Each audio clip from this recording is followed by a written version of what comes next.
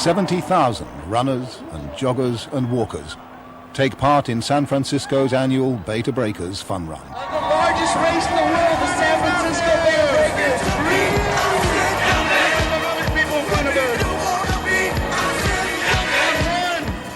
And they are overwhelmingly young men and young women racing towards tomorrow through the capital of cyberspace. I think we're going to look back and say it's just an extraordinary, exciting, fantastic period. People have just immense opportunity to do what they want to do, to go where what excites them. Check out the show! Swimming to the shore! Are we ready to strike? Damn right! Damn right! But 40 kilometers down Highway 101, in the heart of Silicon Valley, the richest, most inventive conurbation on the planet, a different scene, a different attitude, a different language.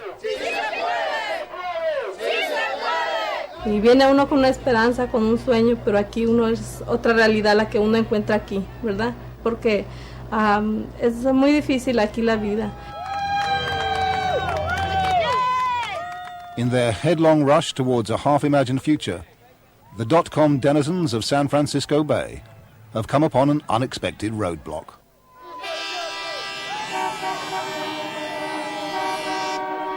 The people who clean their offices, teach their children, police their neighborhoods and take away their garbage are being left too far behind.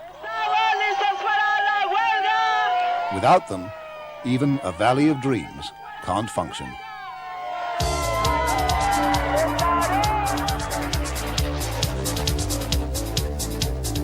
In Cyberland, it's known simply as the Valley. In 2 decades, it's gone from chips and mainframes to PCs and VCs, B2Cs and B2Bs.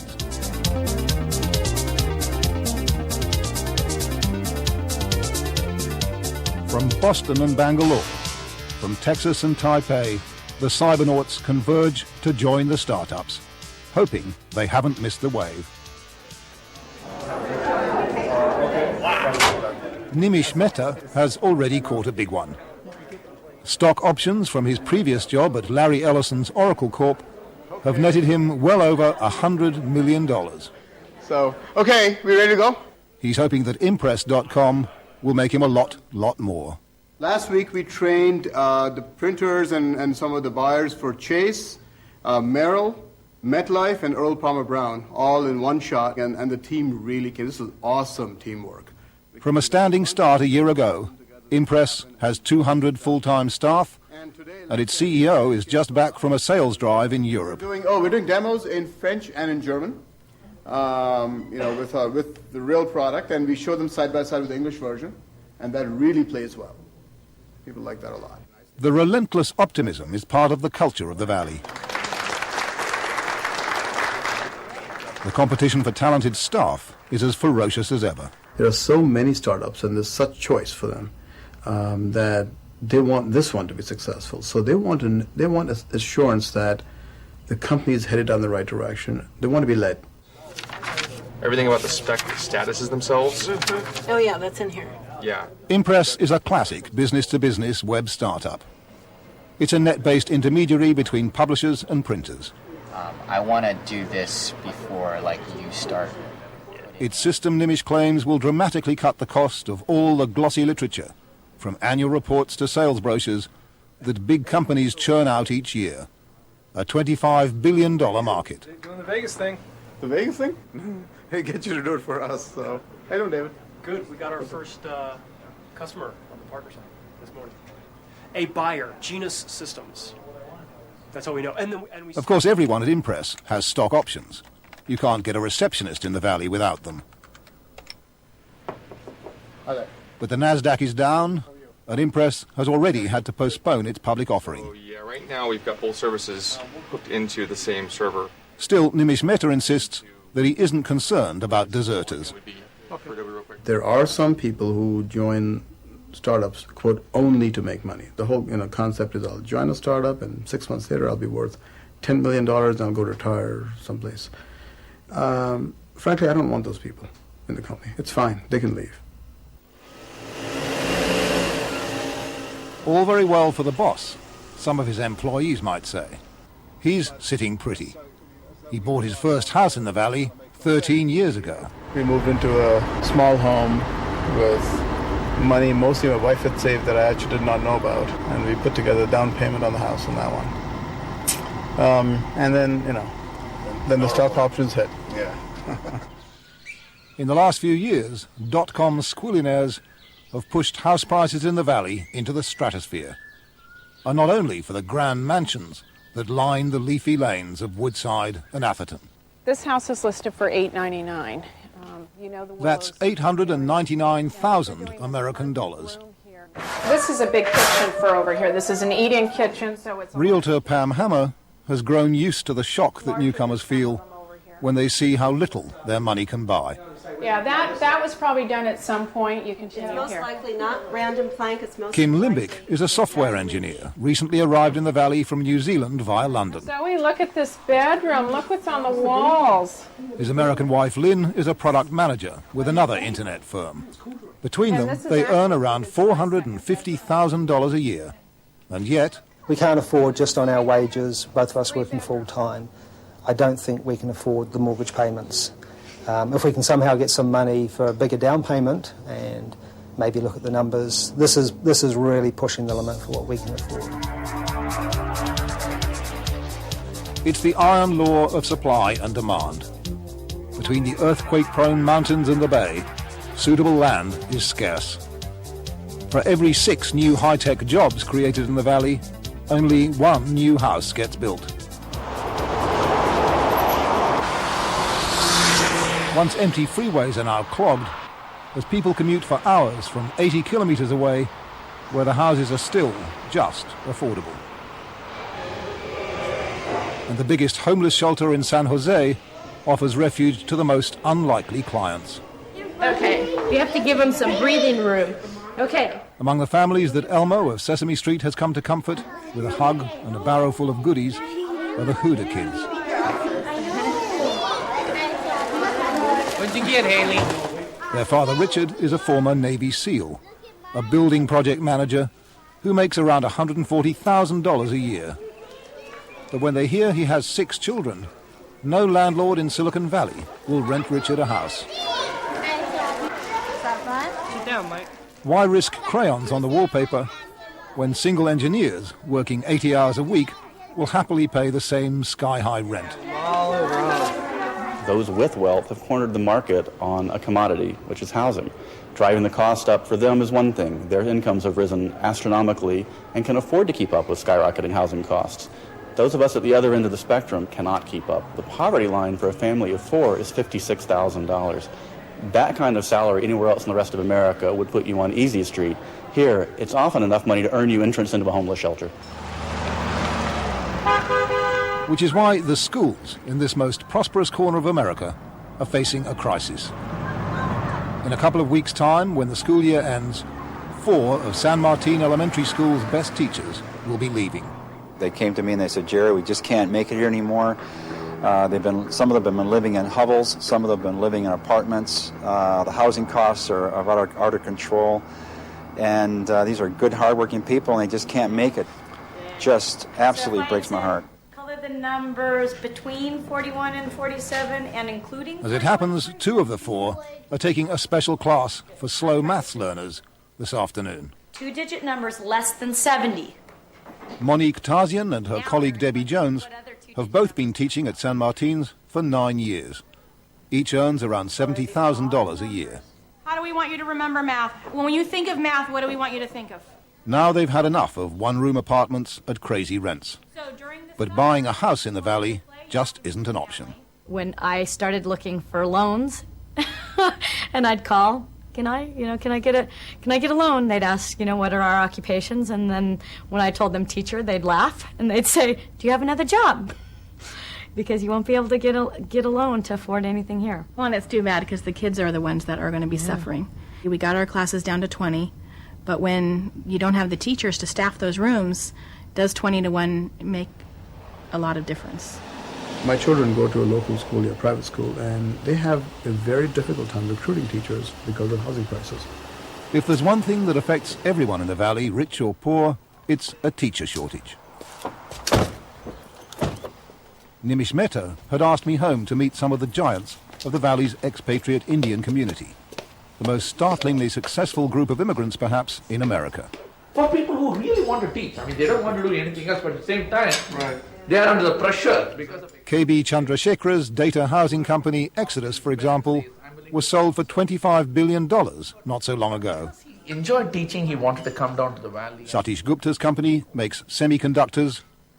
Naran Gupta invented the integrated systems that go into embedded chips, and he's worth billions too. Most funded, well-funded schools in the valley, and take it to East Palo Alto. But what everyone wanted to talk about was schools. How about if I help you guys network the whole school? Oh, by the way, let's also talk about in-class computers for everyone. All of these men have poured funds into schools in the valley and into the technical colleges that gave them their start back home in India. So we'll make the environment so rich that you as a teacher, as an individual, will grow incredibly so. We're not going to color any 90s. But networking the classrooms doesn't solve the problem of paying the teachers. You're not going to buy clothes for the kids or food for the kids on a computer. You have our police, nurses, our teachers who have had wage increases that in the past would have been respectable wage increases, and yet they cannot afford to buy a home here. And the increases at the lower end do not make it possible for people to rent a home here. To janitor Letitia Tovar, a teacher's or nurse's salary would look like riches.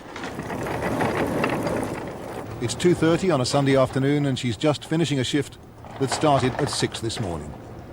The Oracle Corps Training Centre must look spick and span for Monday morning.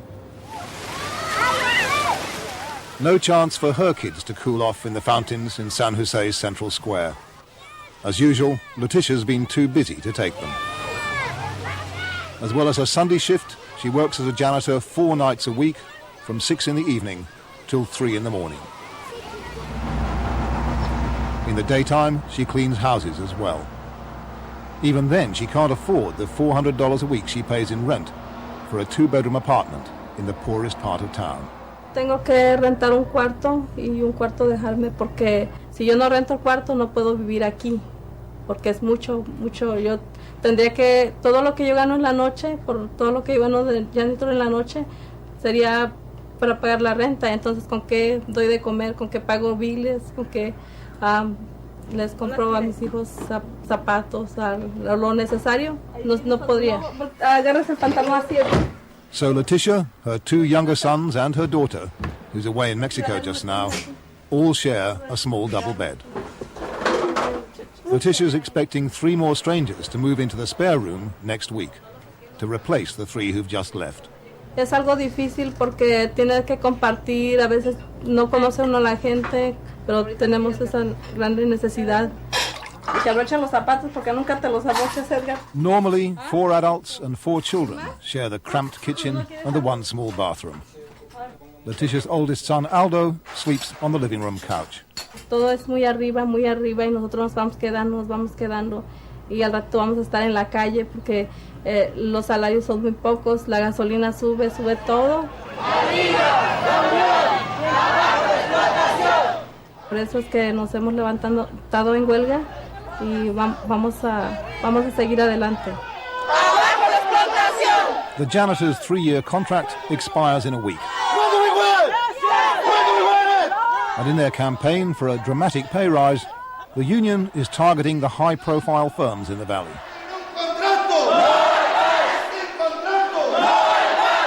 But companies like Hewlett-Packard don't employ the janitors directly. They contract cleaning companies to do the job. And those companies tell the union that if they pay higher wages, they'll lose their contracts to rival non-union firms. That's the problem. That is the heart of the problem. Are we ready to strike? Yeah! There has to be an ownership here.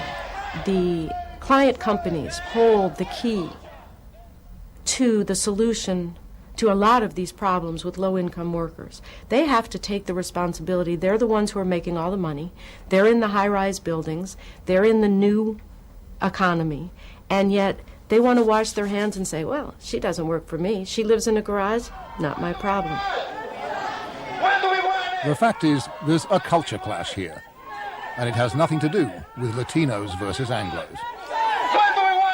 It's a clash between the quaint old notion of worker solidarity and the Valley's passionate belief in self-enrichment. I would thoroughly oppose the increase of pay. I would say, why don't we pay them in stock? I'd rather have my janitor be worried about the security of my building rather than be worried about his pay going home in the evening. Stock options is not what they need. They need to rent a house. They need to have a bedroom. They need to have medical care. Let's talk about real dollars for folks who are living dollar to dollar, paycheck to paycheck. We need a measure of equity. So how do you make money on this? We make money on this deal. We share with them advertising and merchandising revenues. Almost every evening, somewhere in San Francisco, a venture capitalist is throwing a lavish party to publicize its new investments. Buyer doesn't pay anything. Okay. So, and we facilitate the trade. Okay. And every evening in downtown San Jose, Letitia Tovar earns $14 an hour. The growing disparity of wealth that is happening in this valley leads the rest of America, and America leads the rest of the world. These problems are going to start happening increasingly around the world, and everyone better watch us for the solutions we can come up with. The Valley's entrepreneurs have started to take the housing shortage seriously. There are schemes to make low-interest loans available, especially for teachers, and for the vital newcomers that talent-hungry Valley still needs. I've been recruiting a lot for engineers, biz dev, marketing. I've also placed upper level executives. But the Valley knows perfectly well that as long as life south of the border is wretched, there'll be no shortage of janitors here, almost no matter how little they're paid. It's the future that matters to Letitia Tovar.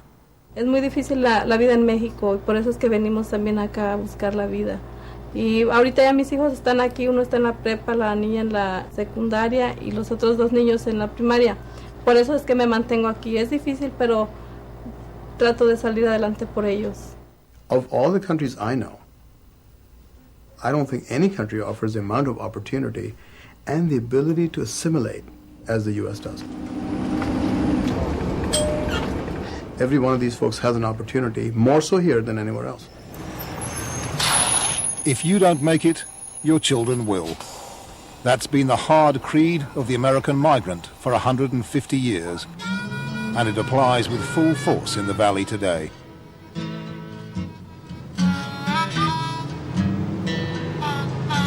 And if you're a battler or a loser or behind in the race, there's always the number 22.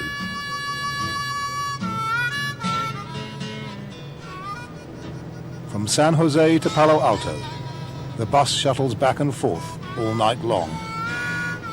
The driver calls it Motel 22.